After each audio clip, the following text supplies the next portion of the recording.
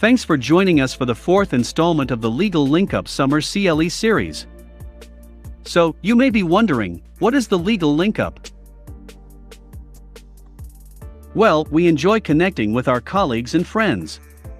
So, in 2019 our firm hosted the first event. It was a networking mixer, firm launch, and appreciation day, all rolled into one. It was a great opportunity for our friends to get to know each other over dinner and drinks. In 2020, we couldn't gather because of the COVID pandemic, so we sent everyone a little postcard to let them know we were thinking of them, and because everyone was on Zoom, we sent a cell phone stand as a small gift. Now, it's 2021, and although things are getting back to normal, we felt this virtual CLE series would be a great way to connect and help enrich all of our practices even more.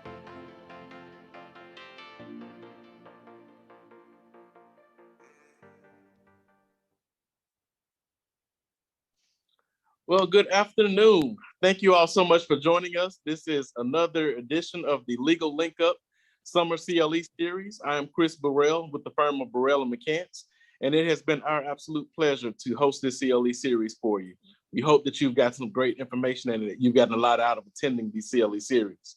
If you have missed any of the other CLE series, unfortunately, you can't receive CLE credit at this time. However, you can still go back and look at those CLEs on our YouTube page. The information is just as valuable. So if you missed anything or if there's something you want to go back and try to catch again, go to the Burrell McCants YouTube page, and we've uploaded all of those CLE series there. Today, we've got a great CLE lined up. We have Miss Neena Speer with the Neena R. Speer Law Firm. And Neena is a young lawyer, but she is definitely making her mark in the Birmingham community and all over the state of Alabama. She is active in the Magic City Bar Association, ALA, and she's also active with the State Bar. And she is really blazing a trail as it relates to intellectual property, copyright law, and all those other things that I don't really get into. So it's been a great opportunity for us to get to work together and to see her growth as a young lawyer and the strides that she's making. So today's CLE is up and running, and we're talking about business formation updates and things that you need to know about intellectual property. So I do a little bit of small business formations, helping people with LLCs and things like that. But once it goes beyond that point, you really need an experienced lawyer like Neena to help those businesses with protecting their intellectual property, their copyrights, their trademarks, and all of those things. So we just kind of want to get together and give you a little bit of information about some of the new updates that you may or may not be aware of if this is not something that you do regularly. And then we're going to get into Neena for the real nuts and bolts of how intellectual property works. So one of the things about the COVID pandemic this year has been the fact that there have been some changes made to the way businesses are formed now. And again, if this is not something you do regularly, then you may not be aware of it. But this is a great opportunity for you to assist someone with starting a business. As we know, a lot of people were laid off during the pandemic, and a lot of people are taking this as an opportunity to form their own businesses. So this is a great opportunity if you want to get into that field that you can really make some money with helping people with business formations and things like that. But as I said before, intellectual property law is a lot more nuanced, and that's where you need somebody who is really dedicated to that craft, and that's where Neena comes in. So one of the biggest changes that have been made is business formations. So the Secretary of State is now allowing us to do all of these things completely digital and online. Gone are the days where we had to go, we had to, first of all, have our clients come in and sign off on their articles of formation or articles of organization, and then we had to take them down to the courthouse, and then we had to take 2 checks down there, and we had to file everything in and then bring the name reservation back and all that stuff. And then we had to wait for everything to be sent off to the Secretary of State. And so you had the filing with the county and with the Secretary of State. Well, now you can actually do all of those things online. And my firm, we've got to the point now we're completely paperless with doing that. First, we have a client information form, our business formation questionnaire, and we ask the clients the basic information that we need to form their business. So we'll ask them the purpose of their business, who the registered agent is going to be, who the initial members and organizers are, all of those things. And this will be with the information that we'll send out. Unfortunately, we couldn't get around to getting the handouts before the CLE, but we will send those out after the CLE. But this information will be in there. So you really want to just start off with asking basic information about the name of the business, what the purpose of the business is going to be, and again, who the registered agent and the initial members and organizers and all of those things are. That helps you seamlessly put that information directly into the form that's going to be needed in order for them to go ahead and form the business. And then we use a online signing service, kind of like DocuSign, but the one we use is called Sign Now. And so our clients get to go ahead and sign their documents as well. And then from there, it's a simple matter of going to the Secretary of State's website and submitting all the documentation, making the payments, and everything is done completely online. So that's been a great boom for us because it takes away a lot of the stuff that you really don't necessarily get the bill for. Like a lot of times we would do business formations for clients and things like that, and they would say, well, okay, I don't feel comfortable going down to the courthouse, or I'm intimidated by doing that. They would want us to do it as well. And sometimes we would say, okay, well, we have to charge a little bit more for that, or sometimes the clients would balk at that. But now we can actually package it sort of like a one-stop shop almost. So they come to us and we can say, okay, well, we're going to completely take you all the way through the business formation process, and it's not nearly as much work for us, but it gives the client the satisfaction of knowing that they get to form their business and everything is going to be done for them. But it also gives us the ability to kind of sell that as a package almost.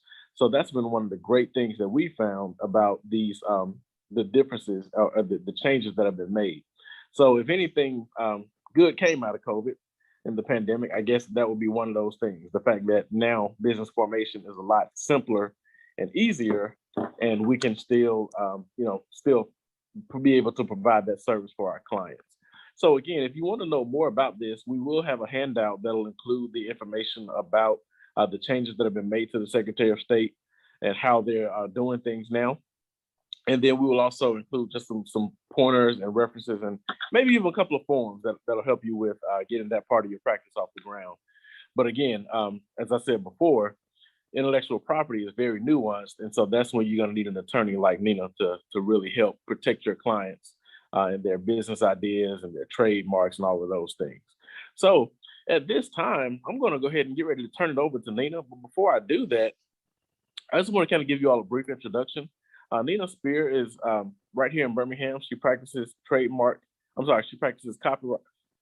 intellectual property law, and that includes copyrights, trademarks, and a bunch of other things that I'm sure Neena's going to explain to us.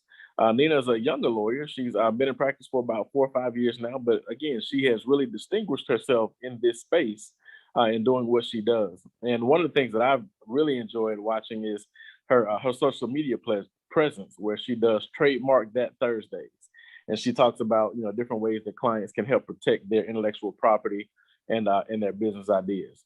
So thank you, Neena, for joining us today. We're really looking forward to the information that you have to share. And at this time, I'm going to turn it over to Miss Neena Speer. Awesome. And that's a great question. Chris might be able to tackle it, but Cynthia, when I first started doing business formations for clients, and this might blow your mind, but I charged them a nice round sum of $500, and that included the filing fee. You can probably charge more, but they really enjoyed that, and I was able to form, I think, like 11 businesses last summer by using that rate, because people, your formation is your intro, and if you're trying to get into IP, that's where you make your money. So you're not really so focused on people paying you a ton of money upfront for a business formation. And as Chris said, everything's basically digital now. So it won't take you very long to do the business formation. So just keep that in mind. But that was a good rate that I was able to provide, and people really did enjoy that with my clientele. So that if that does help you, just wanted to make sure I shared that before we get started. And let me see if I can make this a full screen. Can you all see that? Yes, no, maybe so. All right, thank you. So this is IP Law Intake 101. This is our full court press. As Chris talks about this, I like to think about stuff in analogies for everyone. And I love basketball. If y'all know anything about me, my dad was a big basketball player. And for him, you know, everything was about discipline, and everything in my business has been about trying to find the discipline necessary in order for me to be successful. So at any point during the presentation, if you guys had questions or anything like that, make sure that you guys feel free to interrupt me. Feel free to interrupt me. I'm going to say that again. With any questions that you have, I actually welcome any type of feedback that would be helpful for you as somebody who might be interested in getting to intellectual property, because it's more than just the IP. We have to sell them on the whole game, right? Business protection is a full court press, and a lot of people make mistakes at the very beginning. So welcome to For Lawyers Trying to Break Into the IP Field with the full court press. So actually make sure that I understand the search process. Most trademark attorneys make our money from our searches, right? A lot of people will buy stuff like Markify and things like that. That is a company that will do searches for you. However, the results that you get from Markify are very confusing and don't make any sense if you don't understand the search process. So the first thing you need to do is take some courses. USPTO actually offers free courses. They also offer paid courses for lawyers that are trying to break into it. It's like a CLE. They offer it 2 or 3 times a year for both people who are experienced and inexperienced. Alt Legal, which I will be speaking for and doing a workshop on next week or next month in September. I will actually be walking through how to get a better mentor in the trademark process. And last but not least, I also do a course in things like that, but there are so many attorneys. I know many attorneys do courses. So just remember that if you don't understand how to search, you are going to miss out on being able to really show your client what you know, because the searching process is fun and your client doesn't really know what you're doing or how many results that you have to comb through, but there are sometimes thousands of results, guys, and people make the biggest mistakes not understanding the search. And I can teach you a few bracket tricks towards the end, or in general, I'll share a couple ones that I know that are useful. So the first thing I want you guys to remember is that I sell clients on the whole package. So the first thing I do is I remind my clients that they need to get the right people and the right mindset. But that also goes for you too, right? If you don't have good help or you don't have people who can help you, remember, you need to find a team. And I'm not saying you got to pay a team. You can bring in interns that will volunteer. I brought in, when I first started my practice on the business, I relaunched on the business side of my practice, and I brought in about 7 interns, and they were able to write articles for me and do things like that. Now, I went through, I think, 2 or 3 crops of interns before I found some good help, right? But that's what you do. And they did not work for pay. And then when I did offer pay, it was a very slow stipend, small amount. So if you're just starting out, you don't have to pay people a lot of money. People want law firm on their resume. So keep that in mind, but also give them real opportunities. Don't just have them answering your phone. Don't just have them answering your emails. Give them opportunities to shadow you. Some of my best interns have been down to watch me in court and shadow me doing completely unrelated to business practice. And now they are writing up press releases for my trademark clients. Be people who add value. One thing that I have seen a lot of lawyers do wrong, okay, and I'm telling you this because my mentor got me together, and this is why a lot of people enjoy Trademark That Thursdays. If your social media posts starts like this: hello, my name is such and such, I run the firm, I offer these services, booking a consultation with me today. Yeah, that sounds great. It's probably been doing very well, but it's not attracting the clients that you are going to truly have for long periods of time. I want you to have clients that are going to come back to you again and again for your services. And if you do IP correctly, they will come back for every single IP need that they could possibly think of, because you aren't telling people to book. It's actually tacky to put it in your social media nowadays because there's a link in your bio. If people really want to know what you're about, they'll go to the link in your bio. If you don't know how to put the link in your bio, I'll do a class on that one day soon, okay? But it's just tap.bio or Linktree or something. But you need to remember that you have to convince people that you know things, right? And how do you do that? Well, I offer free master classes or free events where I actually talk to the general public. I let them schedule for free, they can attend for free. And at the end, I make a sales pitch. Okay. At the end, I give them some type of, freebie, and I let them know that they'll have half off of something. All right. I don't tell them, they have to do it, but I just let them know that there's a special offer that I didn't necessarily tell everybody about. So I let them get information for free. I help them for free and in order need. The second thing that I see a lot of attorneys do, myself included, I'm working on it, is bad-mouthing people who want deals and discounts. Let me tell you, if you really take a stock on yourself, right? If you really ask yourself, when you go to a store, what are you looking for? A deal, a discount, something easy, right, to get through. A lot of people do not think about this, and it gets tough, y'all. It is a very tough thing to get over ourselves. But in order for you to attract the clients that you deserve and clients that are going to stay with you, you have to really do some self-work. That means you got to do some inner problem searching. You got to stop feeling, some type of way and stop taking things so personally when it comes to clients that don't appreciate the value that you offer. Maybe that's just not the client for you, or maybe you're not marketing to them correctly. All right. The next thing I want you guys to do is set a profit goal, okay? This is how trademark attorneys are actually very successful. You use your profit goal to make your social media. So for example, if I want to make $10,000, right? And I told you guys earlier, it's $500 that I charge for my business formation package, not for my trademark package. But I would take that number. So if I want $10,000, I would divide 10,000 by 500, and the number that you get is the amount of clients that you need per month. That will structure your free events and your social media posts so you can hit those objectives. Every time you have a social media post, you should be thinking about getting a new client. And when they comment, don't tell them to book a consultation. Answer their question briefly without answering it fully, and tell them, I would love to devote all the time and the attention to this message, but I think it'd be better served in a consultation in a DM. I promise you, if you answer even briefly an answer to their question, they will feel a lot better. Somebody came back to me after 5 months when they got their money together because she remembered that I answered her questions and I wasn't rude or just sent her a link. So just keep that in mind. Your consultations, right? Trademark consultations. This is what they're about, okay? When I teach or I tell my clients about what I need them to know, trademark consultations, the main and the bottom line is that filing without a strategy can result in a cease and desist letter or costly legal battle.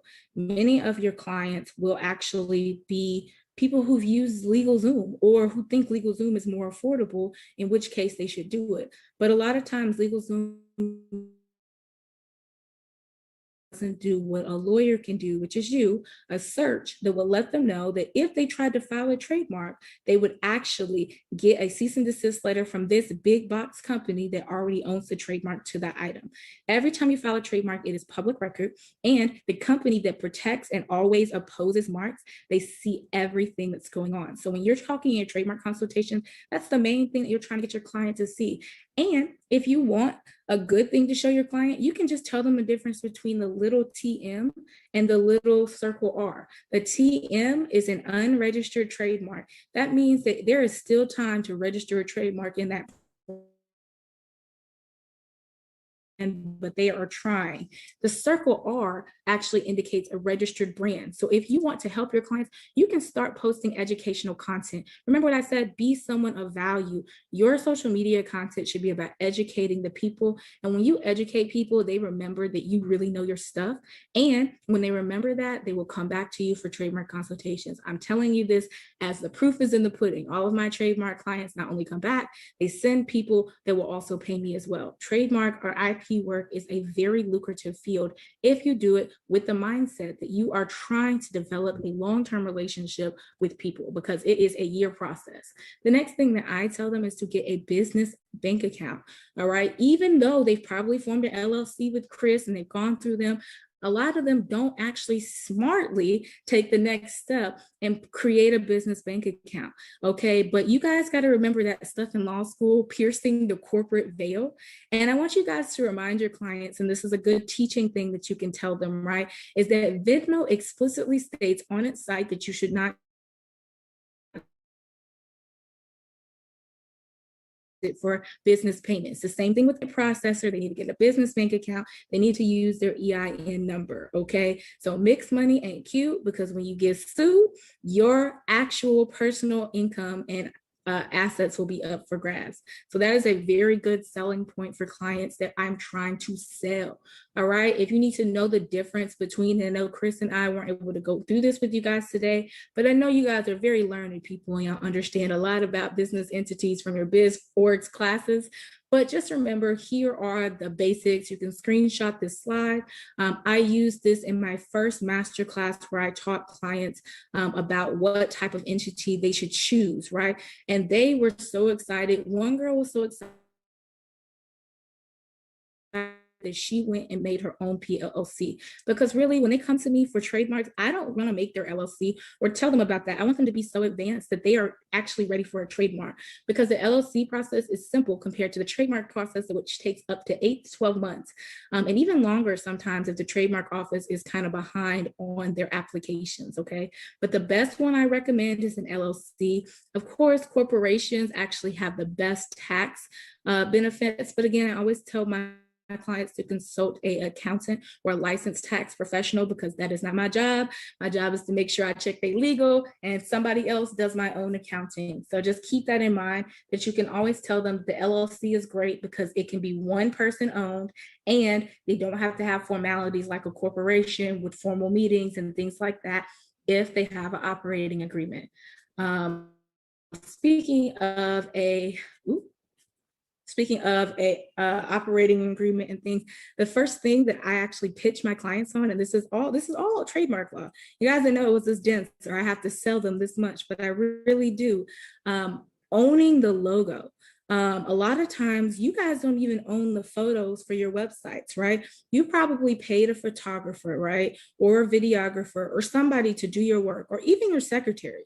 But you guys might not have actually given them a copyright assignment agreement, right? Which actually assigns the exclusive copyright rights over to you. So when you just pay people, right, what you're actually giving them is they own it and you own a license. Unless there is a contract that states that the exclusive copyright rights belong to the buyer, then the only thing you own is a license.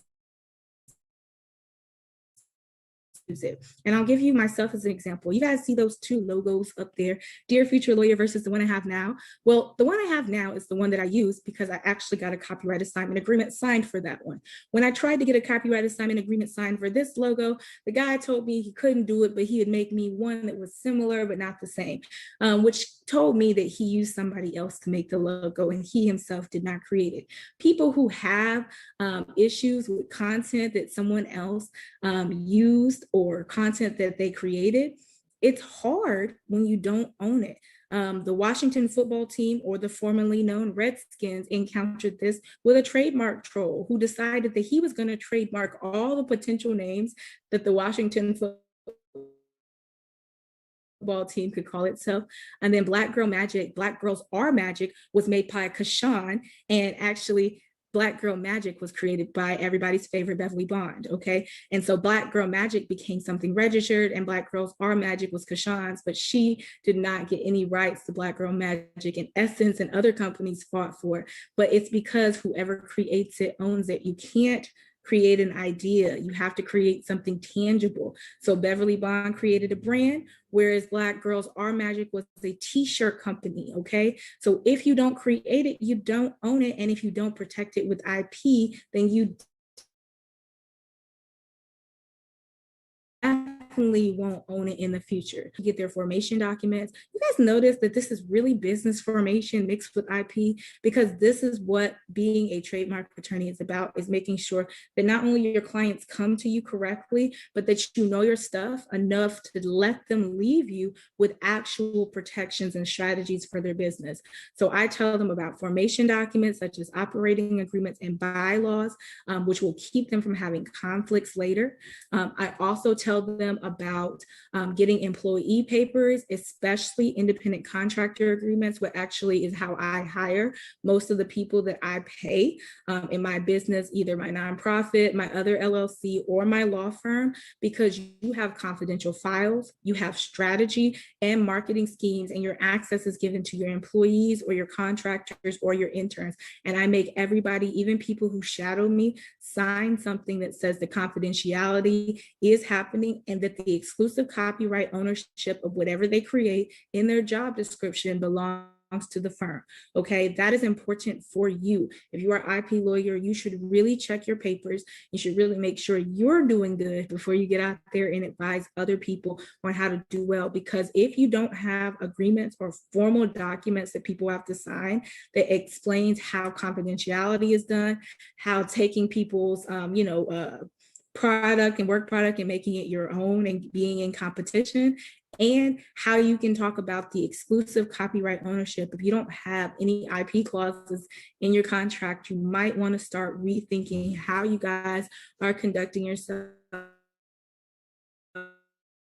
because you're giving yourself an opening for people to steal your strategy, your files, and your marketing schemes and go make their own business. So keep that in mind. The next thing I tell them about is the money to invest. I tell them to do it in stages. So the first one is the LLC or the contract that they create. The second one is their business, right? So contracts, anything that they have going on. And then lastly, are their goals, which is that trademark, that copyright I want to sell them on. So I tell them to think about their business in stages. When I do it that way, it's easier. I also offer payment plans. And that's important for you as well. If you have a big ticket item and you're finding that you're not able to close and convert a lead, you can also offer a payment plan. Make it 2 or 3 payments, maybe 5 payments, but make sure that it's auto drafted, or at least they agree to an auto draft for your payment plan, because I have learned the hard way, when people do not pay me up front, what happens. Okay, so make sure that you tell them about this in stages. If you try to tell them everything I just told you, they will go that crazy. Okay, so just tell them about it in stages. If you see that they don't have an LLC yet, you start there. If you see that they don't own their, then you start there. If you see that they both own their logo and have an LLC, then maybe you can push them into the proper paperwork for their business. And lastly, you get them into trademarks and copyrights, and you make sure that they understand if they wait too long, then they may have to fight for it in court to have the right to use it later on. So that's really important to tell people. I want you guys to remember that until a trademark has been registered at the federal level, which is the USPTO, so no, your state trademarks are not the federal level, it is possible that a competing business may claim it for their own use. People who have had this happen to them is one, Lady A versus Lady Antebellum.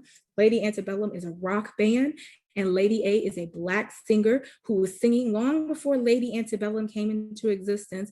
And Lady A has been Lady A since the beginning, but she never filed a trademark for her brand name or her stage name. And Lady Antebellum was getting in trouble because their name was Antebellum and it was associated with slavery. So they changed their name as Lady A, and guess what? They registered 3 trademarks in their name, right? And everything was protected. And then all of a sudden, Lady A, Black lady, who again is getting her name stolen by Lady A, so they are already in another issue. They are in a big legal battle about who owns it. And it might mean that neither one of them own anything. Wouldn't that suck? And that usually happens when the person who has first use did not do what they were supposed to do. Lastly, you need to pitch and sell your clients, okay? When you are thinking about going into IP, this ain't easy, okay? The stuff that Chris sees me doing is because I have to work in order for my clients to be able to see the value I offer. You can actually do a pitch just like I did, right? And include your client's logo, include your client's branding, go through the process of researching your clients beforehand, have an intake form that actually asks questions so that you can do the research and build a pitch before their consultation, right? A lot of people is like, you don't need to do work. You don't, but you do need to do something so that when you do speak, because I don't do a lot of speaking in my consultations, I let my clients tell me their dreams. I write down some notes and I tell them, okay, LLC, probably a copyright assignment, probably this. This is how much all of these things cost, boom, boom, boom. I send it to them in an email where I explain all of the packages and what they include. Okay, your client should leave your consultation feeling like this: happy, laughing, ready to start their business, ready to trademark their business, because that's what keeps them coming back. Okay. The next thing is that you need to have a list of important obstacles you will face and clear action items.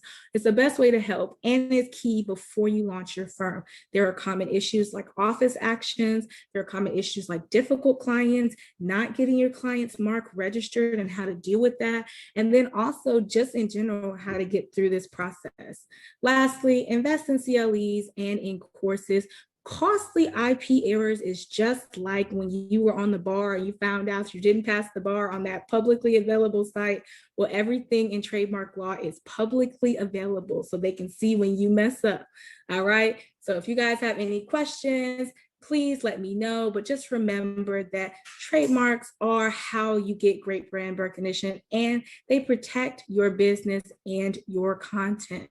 So just wanted to thank you guys so much for listening to my little 2 cents presentation. And if you guys want information or you want to contact me at Trademark That Thursdays, bit.ly/hello Neena. Thanks, guys.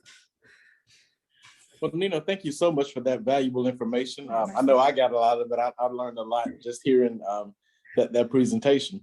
We're going to open it up for questions now. So if anyone has any questions, feel free to drop those in the chat or in the Q&A section. In the meantime, Neena, I have a couple of questions for you just to kind of go ahead and get the ball rolling. Awesome. Now, one of the things that I heard you say, and I was really happy to hear you say this, because I think a lot of times attorneys kind of give away too much too soon.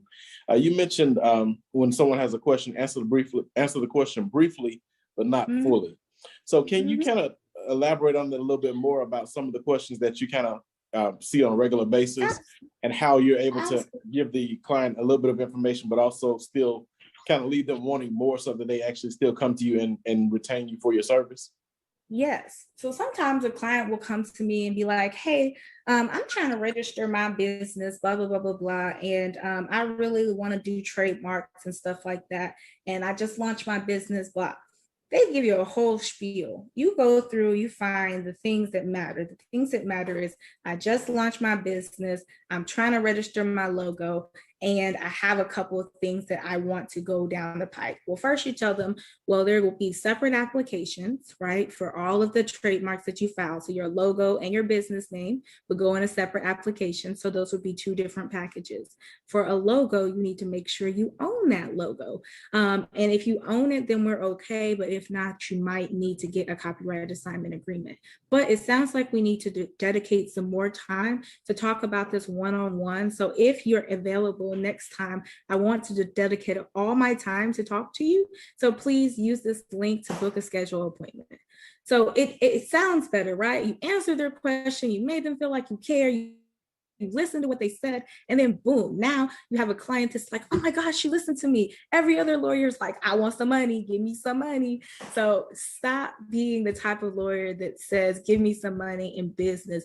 People are already afraid to start their businesses. They're already afraid to get on the ground running. Now, I will say that I don't have free consultations or anything like that, but what I do have is free group consultations, which are free master classes, my free Trademark That Thursdays. I do that on purpose because I think that the group should benefit by great questions. And so that's how I try to give people answers. If they have a question, I was like, answer that, but I will answer it on my next episode of Trademark That Thursday. So please come and I'll send you an email to let you know that we're doing our next episode. So that's really good and really informative. And you can even focus in on clients that are really good clients, like people who have a music brand and you've always wanted to trademark a music brand. Maybe you can just send them some tips, right, on trademarking for music brands. And you don't even know them, right? But they've emailed you once and you can send them an email list, right? 1 tip a day. And they're like, dang, Chris really cares about me because he keeps sending me these tips about how to trademark my music business. It's a way of making sure that your client feels special. What makes you feel special will also make them feel special. Any other questions? Gotcha. Well, that was a great response. I think that's a really helpful tip for somebody who is looking to kind of get into this field and who wants to be able to make themselves available for clients, but also not, like I said, give away too much information. And then, because I feel like, sometimes if you give away too much information, then all of a sudden the client feel like, okay, well, I don't need you. I can, take the little bit you gave me and go on LegalZoom and get this done myself. So I think that's a great tip. And you mentioned, and that's a good thing sorry, you bring up about LegalZoom. Because of the disclaimer. So I love using this. There's two things for LegalZoom that I love using. Every time they say, oh, it's cheaper on LegalZoom. So I tell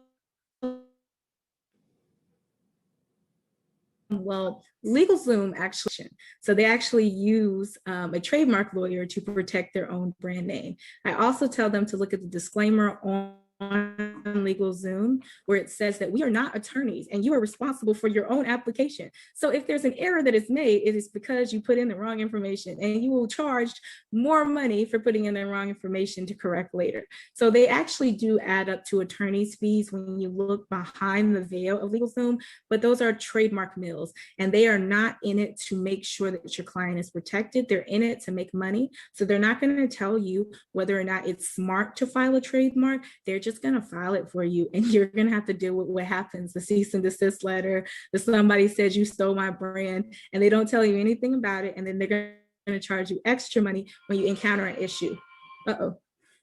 Yeah. Okay, well, that's actually a great segue into my next question. Mm-hmm.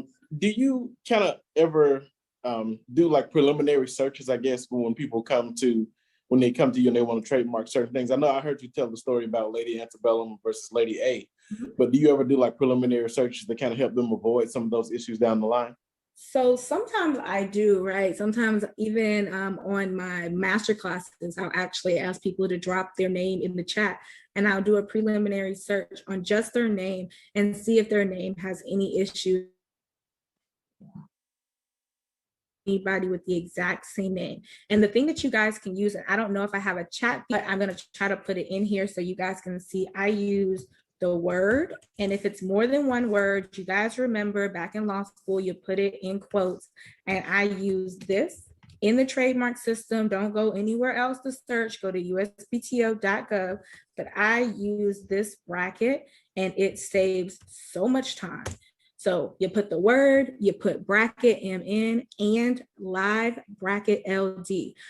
There is a uspto.gov/trademark. 1 second, we're having some TV glitches. Sorry. But yeah, so you put the word, bracket MN and live LD.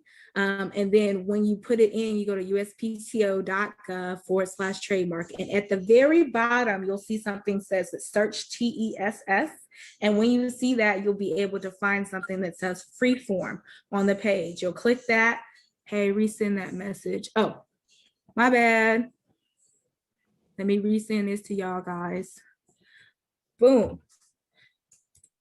All panelists and attendees. There we go. So there you guys are. If you guys want to use one, that's cool. I also will include, as Chris said, that he had some stuff that he was including on the back end. Give me 1 second. Give me 1 second, guys.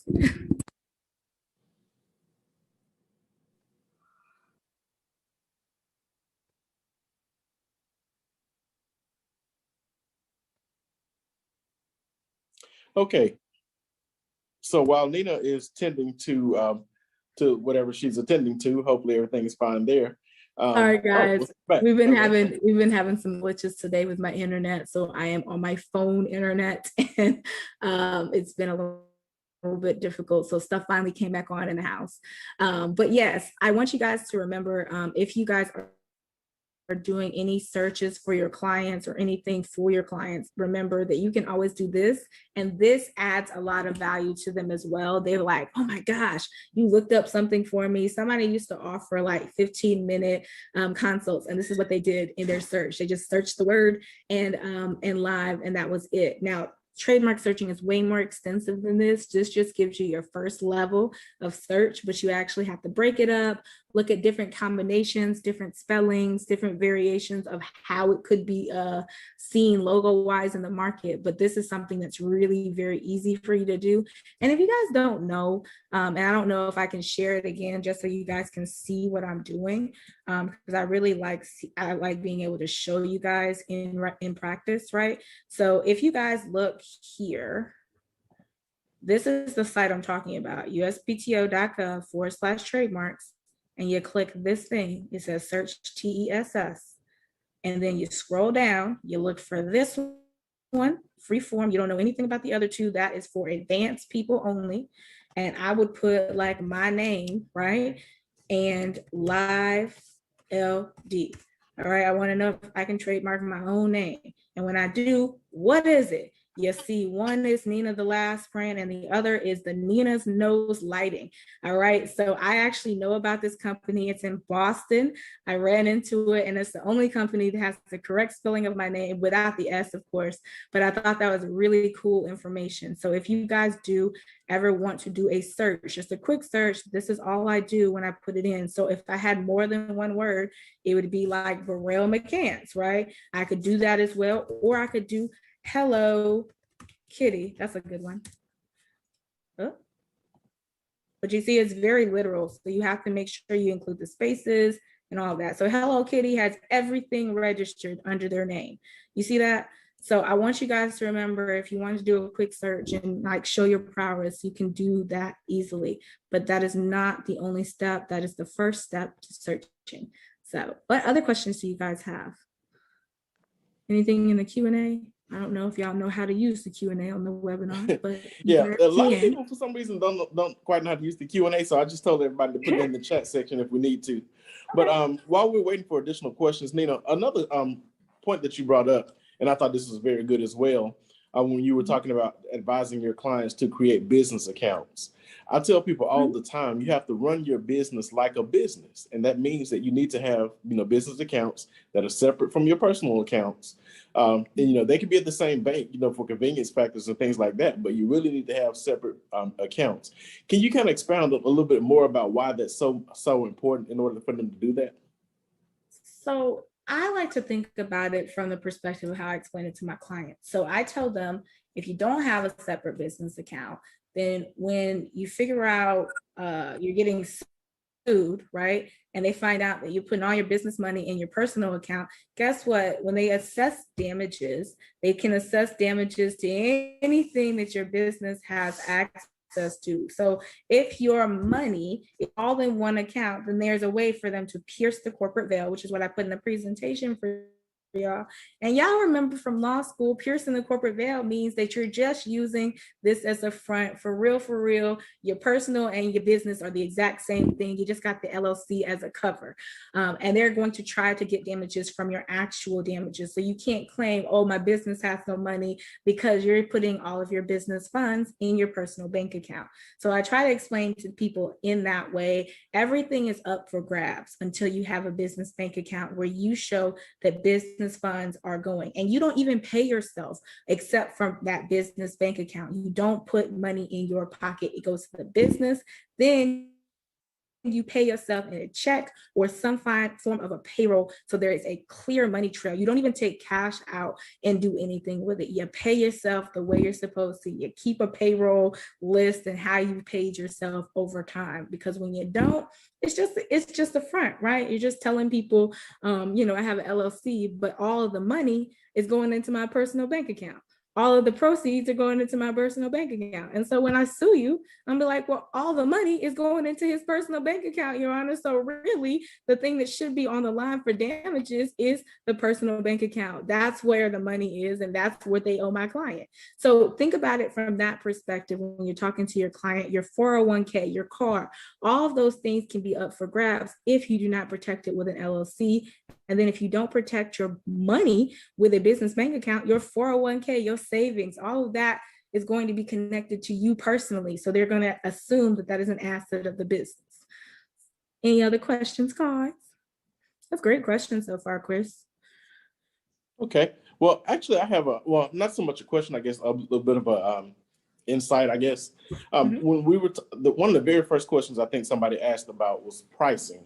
Like, how much do you charge for this? Like, and you kind of alluded to this a little bit when you talked about kind of giving a pitch to your clients. But yeah, we kind of give a pitch to our clients. Like, we tell them, like, look, we can actually form a business for you, and we can take it from nothing to an actual business. And we explain it in such a way that they understand that that business is a completely separate legal entity from them. And so we'll tell them, like, look, okay, we'll form your articles of organization or articles of formation. That creates the LLC. We'll get a tax ID number for you. And we let them know that, that doesn't cost them anything, but that's just an added value that we get for them because they don't have to go through that process themselves. And it literally takes about 5 minutes. And then we'll let them know that, they'll be registered with the Secretary of State. They'll have a social security number, quote unquote, for their business, and that business is a completely separate entity. So when they start to talk about pricing and everything, people often think it's going to be a lot more expensive than it is. But we'll explain to them, okay, well, with your filing fee, you can be in business for under $1,000. And when they hear that, it automatically creates value in their mind about how easy it is for them to actually go into business. But beyond that, like we really try to establish relationships with them, and we'll tell them, like, look, if you need contracts done, if you need recommendations for different things, then let us know because we can help you with that as well. And that kind of further goes into fostering that relationship. So with that said, Neena, are there any other things that you do to kind of help foster relationships with your clients when you're starting their business or when you're developing the intellectual property protection things that you do? Yes. So that's a great question. And I actually don't tell my clients. So they'll ask me how much my trademark package costs, and I don't tell them the price. I ask them to give our office the email address and their first name, and I actually send them the breakdown of the package, the full breakdown of what all is included. So instead of the verbal pitch, I break it down in an email form for them. And I actually, I think I have that in the templates that I'm going to send to you guys. So you guys will get like an email template of how I break it down. I don't have like necessarily the price, but the price, if you really want to know about the price, you can let me know. But pricing for trademark can go from anywhere to 15 or like 1,200 all the way up to $5,000, okay, for one trademark filing for one package. So that is how people are pricing in the industry. So if you guys aren't in trademarks, you don't know about it, like it's lucrative, but you got to know what you're doing, because if you do it wrong or you do it incorrectly, it's again public record. But I actually do it that way and they feel a lot better. And sometimes people don't, right? They don't come back after they see the price, but at least I gave them a breakdown, and I don't tell them on the phone because ticket price scares people, right? They get scared, they don't understand. But what I do is I try to, in my emails, I always use their first name. I say, talk to you soon, first name, and it builds this, I'm going to talk to you. After my paid consultation, I will send them a $5 Starbucks gift card and say, look forward to doing business with you soon. Not as anything crazy, it's just a way to build good connections, and the right clients will come. When they are actually a client of mine, when they reach certain milestones in their business, so once I have filed for their business, their LLC, or I filed for their trademark, I will send them an actual cookie. I use Cheryl'sCookies.com. So if you've never heard of Cheryl's Cookies, they send a $5 cookie card or a $6 cookie card, and they actually get cookies from me as they reach different milestones. And their application for trademark law takes about 12 months. At the end, I send them a final package, right? So I put their stuff in a folder, I make it look nice. If they got a name reservation certificate, I'll go and print it on cardstock paper at my local FedEx. I'll put it in and make it look really, really nice for them. And I make them nice, and I write them handwritten thank you notes. And then for my trademark clients, because they paid some money now, I'll actually give them some merch with their brand name, with the little registered symbol, and I'll send it to them so they have something to wear. I'll also go through and give them like a little coffee mug that says, my own little made up encouragement phrase for them. And then I also go through the process of sending them a $25 gift card to either Starbucks or some other business that I think that they would enjoy.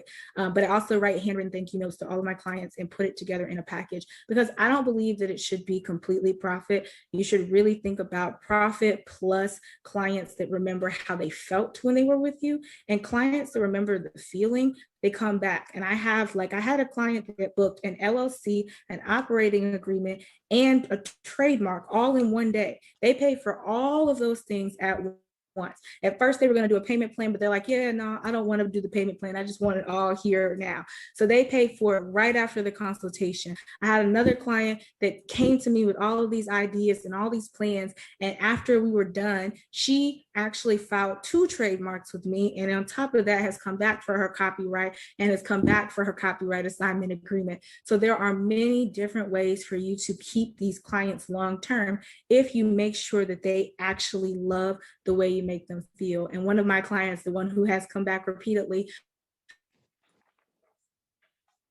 told me, I remember when you told me that you wanted to hire interns and train just like you.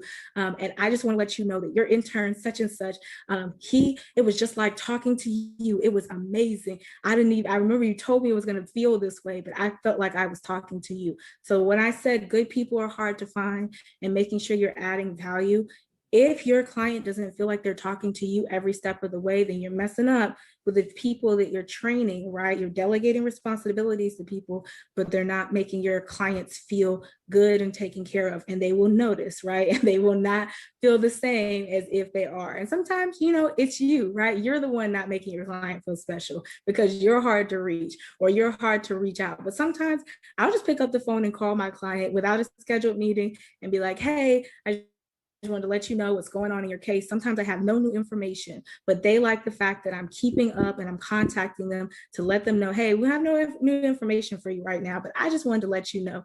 And then the last thing I do to add value, if they buy my trademark consultation package, I do not actually charge them for every time they call me. So that's all included in their package. And so they call me a lot and they call me for a lot of different things. But if they pay me for the trademark package, I believe that it's worth it to have that investment where they don't have to worry about me nickel and diming them for calls and phone calls and text messages. So that's an added bonus of working in the trademark package. But yeah, those are things that I do, things that you can do to kind of really drive your clients to stay with you. You want clients that stay.